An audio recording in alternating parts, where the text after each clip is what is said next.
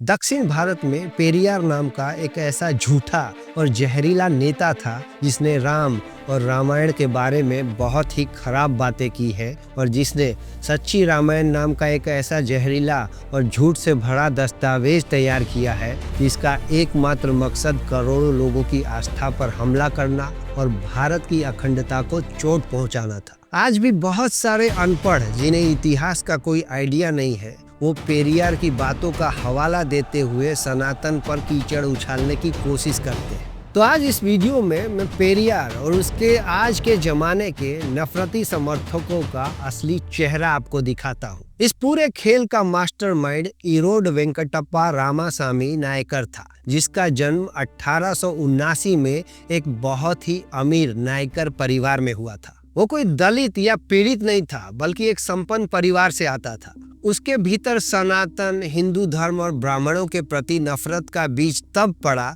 जब वो 1904 में काशी की यात्रा पर गया था।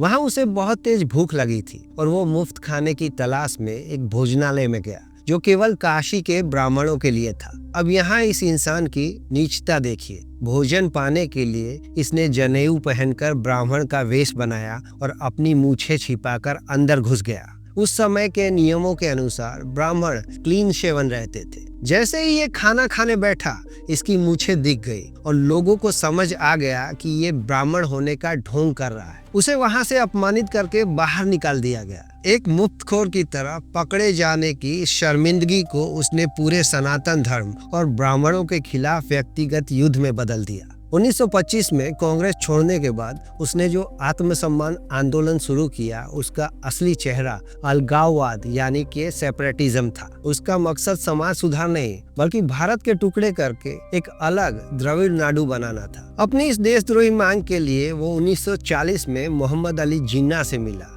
और उससे अपने लिए भी एक अलग द्रविड़स्तान या द्रविड़ नाडु की मांग का समर्थन करने की भीख मांगी थी। जब पूरा देश अंग्रेजों को भगाने के लिए खून बहा रहा था, तब ये अंग्रेजों को चिट्ठियां लिखकर मद्रास को भारत को न सौंपने और गुलाम बनाए रखने की मिन्नत कर रहा था। 15 अगस्त 1947 जिस दिन पूरा भारत आजादी का जश्न मना रहा था, इस गद्दार ने उसे काला दिन घोषित किया और लोगों से मातम मनाने को कहा। अब मुझे एक बात बताइए, आज देश में जो लोग इस गद्दार को हीरो बता रहे हैं, क्या वो भी देशद्रोही नहीं हुए?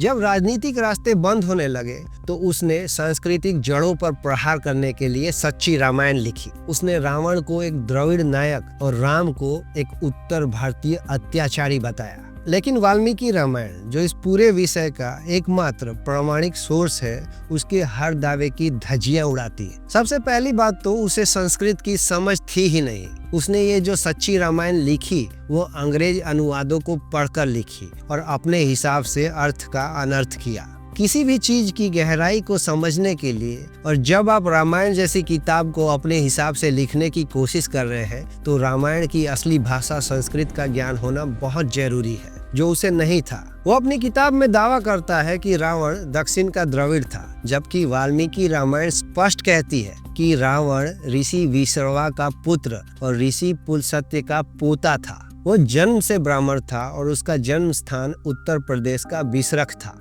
अपनी राजनीति के लिए इसने एक उत्तर भारतीय ब्राह्मण को जबरदस्ती द्रविड़ आइकन बना दिया। एक और घिनौना झूठ राम के विवाह को लेकर फैलाया गया। उसने मंथरा के एक संवाद का गलत मतलब निकालकर कहा कि राम की कई पत्नियां थी, जबकि वाल्मीकि रामायण की पूरी थीम ही राम के एक पत्नी व्रत की मिसाल है। अश्वमेध यज्ञ के दौरान जब दूसरी शादी करना शास्त्र सम्मत था, तब भी राम ने सीता की स्वर्ण प्रतिमा रखकर यज्ञ किया, लेकिन दूसरी स्त्री को स्वीकार नहीं किया। रामासामी ने इन तथ्यों को दबा दिया क्योंकि ये उसके एजेंडे में फिट नहीं बैठते थे। राम के चरित्र पर कीचड़ उछालने के लिए उसने दावा किया कि राम मांस खाते थे और शराब पीते थे। इसके लिए उसने आमिषम शब्द का गलत इस्तेमाल किया। जबकि आप संस्कृत और प्राचीन शब्दकोशों को चेक करेंगे तो आप जानेंगे कि आमिषम का अर्थ केवल मांस नहीं बल्कि राजसी भोग और स्वादिष्ट भोजन भी होता है। वाल्मीकि रामायण के अयोध्या कांड में स्पष्ट लिखा है कि वन जाते समय राम ने राजसी सुख त्याग कर कंदमूल और फल पर जीवन बिताने का कठोर व्रत लिया था। पेरियार ने जानबूझकर तथ्यों को मरोड़ा ताकि हिंदुओं को अपनी ही संस्कृति से नफरत हो जाए। बाली के वध को लेकर उसने राम को कायर कहा, लेकिन यह सच दबा गया कि बाली ने अपने ही छोटे भाई सुग्रीव की पत्नी रूमा का अपहरण किया था। उस समय के धर्म और नीति के अनुसार यह मृत्युदंड के योग्य अपराध था और राम ने धर्म की स्थापना के लिए उसे दंड दिया था। इसी तरह उसने शंबुक वध की कहानी को राम के जातिवादी होने का प्रमाण बताया। यहाँ आपको एक बहुत बड़ा सच समझना होगा। महात्मा गांधी और रविंद्रनाथ टैगोर जैसे विद्वानों का स्पष्ट मत है कि उत्तरकांड जहाँ शंबुक की कहानी आती है, ये मूल वाल्मीकि रामायण का हिस्सा ही नहीं है। इन विद्वानों का ये मानना था कि ये बाद के काल में जोड़ा गया एक इंटरपोलेटेड पोर्शन या मिलावट है, क्योंकि इस हिस्से की शैली और भाषा मूल वाल्मीकि रामायण से मेल नहीं खाती है। पेरियार ने जानबूझकर उन प्रसंगों को कभी नहीं छुआ जहां राम भिलनी शबरी के आश्रम जाते हैं और राम ने बिना किसी भेदभाव के उसके बेरों को स्वीकार किया था। यह घटना साबित करती है कि राम कभी जातिवादी नहीं थे, बल्कि वे समाज के हर वर्ग को प्रेम करने वाले थे। पेरियार की घृणा शब्दों से निकलकर हिंसा तक पहुंच गई। 1953 में उसने सार्वजनिक रूप से गणेश की मूर्तियां तोड़ी और 1956 में राम के चित्रों को जलाया। सबसे शर्मनाक कांड 1971 की सेलम रैली में हुआ, जहां राम और सीता की तस्वीरों को नग्न अवस्था में जूतों की माला पहनाकर चप्पलों से पीटा गया। आज के व्हाट्सएप यूनिवर्सिटी से पढ़ाई कर रहे लोग जब सुप्रीम कोर्ट के 1976 के फैसले का हवाला देते हैं तो ऐसा लगता है या तो वे दिमागी तौर पर बेवकूफ हैं या तो वे जानबूझकर सफेद झूठ बोल रहे हैं। असल में हुआ यह था कि उत्तर प्रदेश सरकार ने पेरियार की किताब पर बैन लगाया था और सुप्रीम कोर्ट ने वो बैन हटा लिया था, क्योंकि बैन लगाते समय उत्तर प्रदेश सरकार ने धारा 95 सीआरपीसी का पालन सही से नहीं किया था। मतलब कि सरकार ने अपने आदेश में यह स्पष्ट नहीं किया था कि किताब का कौन सा पन्ना या कौन सी लाइन नफरत फैला रही है। कोर्ट ने केवल इसी प्रोसीजरल यानी तकनीकी गलती के कारण बैन हटाया था। अब ये व्हाट्सएप यूनिवर्सिटी वाले हमें ये बताते हैं कि देखो, सुप्रीम कोर्ट के फैसले में इस किताब को सही माना गया है। कोर्ट का काम इतिहास लिखना नहीं, बल्कि कानून की प्रक्रिया देखना होता है। सुप्रीम कोर्ट ने कभी ये नहीं कहा कि इसमें लिखी गई बातें ऐतिहासिक रूप से सच है।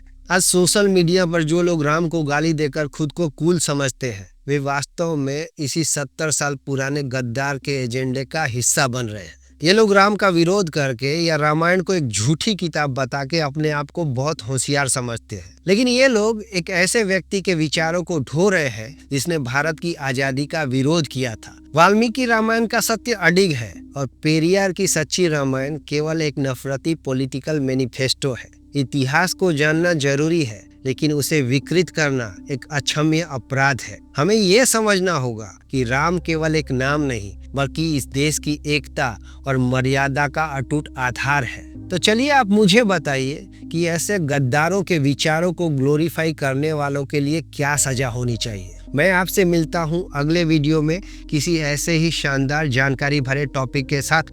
जय श्री राम।